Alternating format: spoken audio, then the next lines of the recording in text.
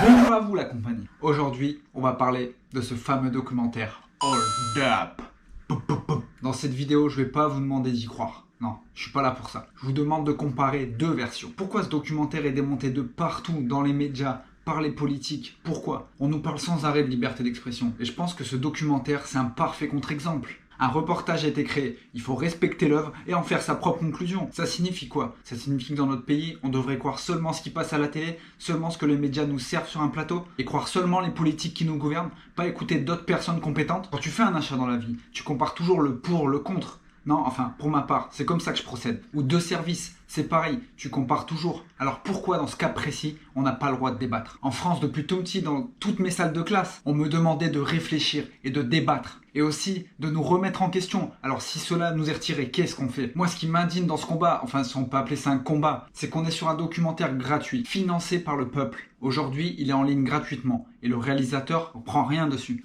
Zéro revenu. D'ailleurs, tu connais, on est la compagnie des partageurs, je te mets le lien en dessous. En face, on a qui? Des grosses industries et des médias qui brassent de l'argent et qui nous disent « Regardez pas ça, c'est un documentaire du complot ». Donc j'ai du mal à faire la balance. Quand je dis balance, je parle de faire le poids. Je suis pas une poucave, moi.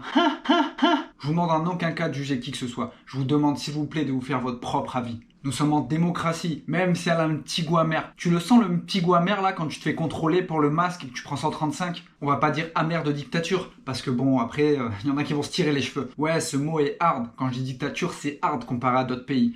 Mais j'ai l'impression que dans les autres pays, c'est assumé.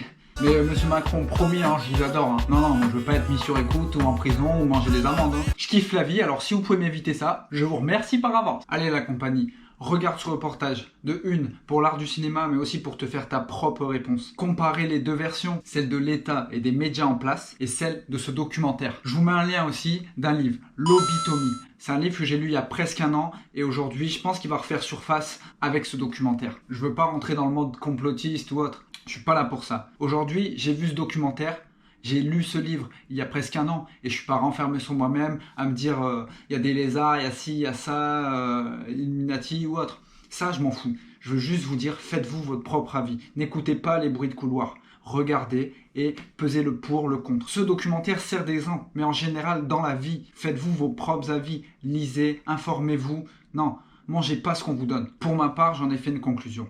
Et je me demande, à qui pourrait profiter une telle théorie du complot ? Et quel serait le but? Et de l'autre côté, je m'interroge.